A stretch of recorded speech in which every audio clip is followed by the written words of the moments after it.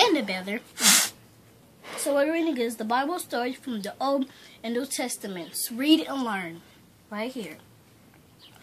So just like I said, it's a fast. We're going to do this every single day. We're going to go book to book, 4 chapters. So they're going to be 8 chapters every single day before another book and for another book.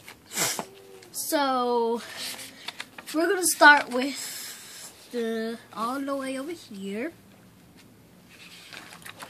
So we're going to read 4 chapters of this Old Testament stories. You can see where this is the table of continents. And now we're going to read. This is the first 7 days. Genesis 1 chapter. Verse 2. Here we go. Put this in to see it. The first 7 days. Here we go. In the beginning, God made the heavens and the earth. Wait, hold on, wait. My eyes. Oops. Wait. I just need to, okay, I think I can read now. Oh, yeah. In the beginning, God made the heavens and the earth, was the earth. You can't even see it when you like that. Mm-hmm. Keep reading. Awesome. Okay. In the beginning, God made the heavens and the earth. All was dark and empty. So God said, "Let there be light." And there was light. He called the light day, and the darkness night. And that was the first day. Then God said, "Let there be bodies of water and above them in the sky." And it was so. That was the second day. Wait. Dang. I'm going to read this one because my mouth dry. Sure. Here. Here, you can just start with this one. I'll hold it like this. Okay, there. On the 3rd day, God said, "Let dry ground appear." He called the dry ground land, and the waters he called seas. And God saw that it was good. He said, "Let plants and trees grow up all over the land. Give them seeds to make more plants and trees." And it was so. On the 4th day, God made 2 great lights, the larger one to rule the day, and the smaller one to rule the night. And he also made the stars. He set them all in the sky to give light to the earth both day and night. 2 great lights. This refers to the sun and the moon. We call the larger light the sun, and the smaller light the moon. Then God said, "Let the waters be filled with fish, and let there be birds with wings to fly above the earth." And that was the 5th day.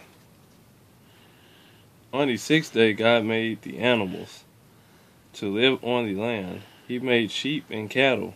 He made creatures that move along the ground.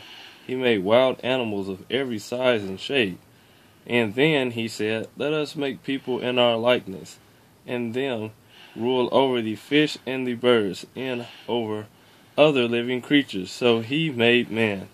God saw all that he had made, and it was very good. On the 7th day he rested. God's garden. 2nd chapter. 2nd chapter, Genesis 2. God had planted a garden in the east, in Eden. He made all kinds of trees for the garden. The trees were beautiful, and they were full of fruits that were good to eat. God took the man he made and put him in the garden of Eden to look after it. The man was called Adam. In the middle of the garden were 2 special trees, the tree of life and the tree of knowledge of good and evil.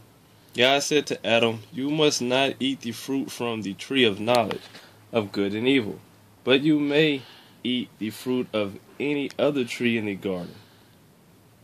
Adam, the Hebrew word for Adam, means of the ground, or from the red earth, and is also used as a general word for human kind or people.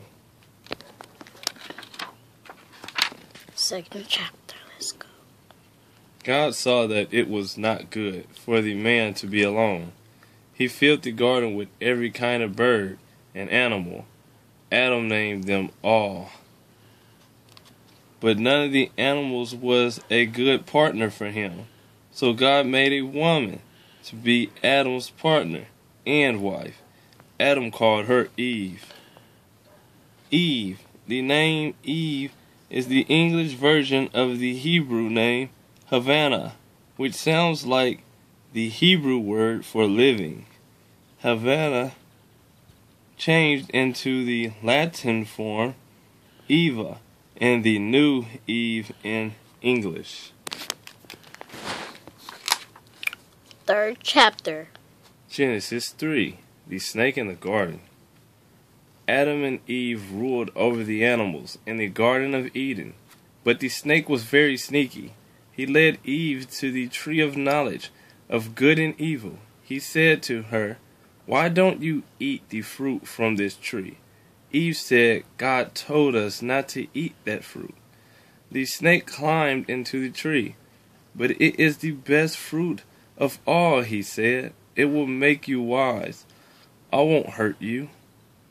Eat the fruit. By encouraging them to eat the fruit, the snake is tempting Adam and Eve with the desire to be like God and know what God knows. The fruit looked so beautiful and delicious, and she wanted to be wise. So Eve ate some, and she gave some to her husband Adam. Knew he should not eat it, but he did. All at once, Adam and Eve felt ashamed. They hid from God. When God found them, he was sad that they had not obeyed him. He was angry with the snake for making Eve want the fruit she should not have. He said to the snake, "Because you did this, you will crawl on your belly, and you will eat dirt all the days of your life." Oh. He made Adam and Eve clothes of animal skin to cover themselves. Then he made them leave the garden. God punished them. Life would be hard for Adam and Eve. God sent angels to guard the gate, and also a sword of fire. No one could ever again enter into the Garden of Eden. And there go the picture. Wait. There we go. Picture. Next page. And this is 4, right? Yeah, that's 4. The flood and the rainbow. After Adam and Eve left the Garden of Eden, they had many children, and their children had children. And so it was on for hundreds of years. There came a time when people of the earth did not know about God, but God could see them. He did not like what he saw. The people were selfish and evil. They fought and did bad things to one another. God was sorry he had ever made man and woman to live on the earth. Now he would put an end to all people. But God wanted to save Noah because he was a good man. God came to Noah and spoke to him. "I am going to flood the earth and destroy every living thing on it." He said, "But I want you to build a great ark for yourself and your family. Bring into the ark 2 of every animal, the smallest and the largest, animals that fly and those that walk and crawl on the ground." Ark.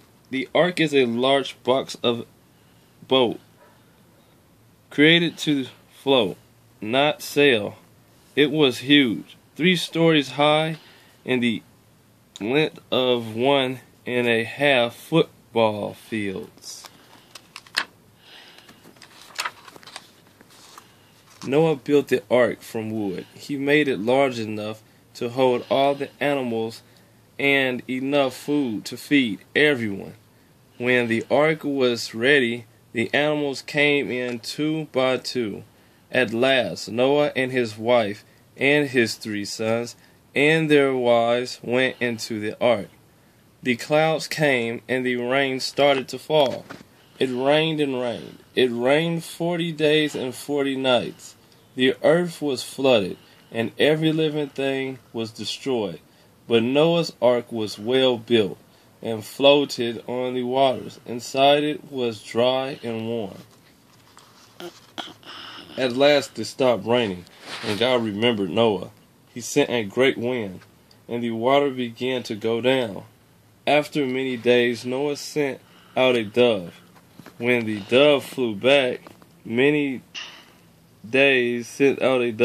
dove flew back the second time, it held in its beak a leaf from an olive tree. Noah knew that the flood waters were going away. Picture.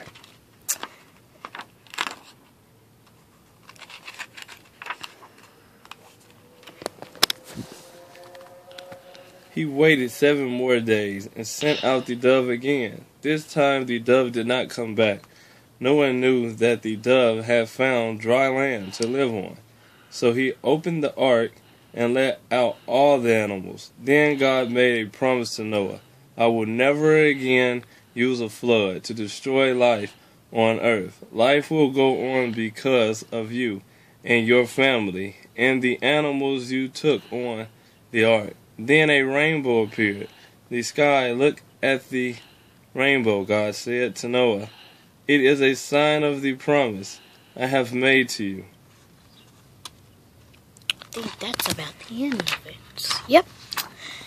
Okay, Darius, have anything to say? Nope. That was the end of chapter 4. The Read and Learn Bible. Read and Learn Bible. Here is Darius right here. And here's me right here. And would you have to say anything else?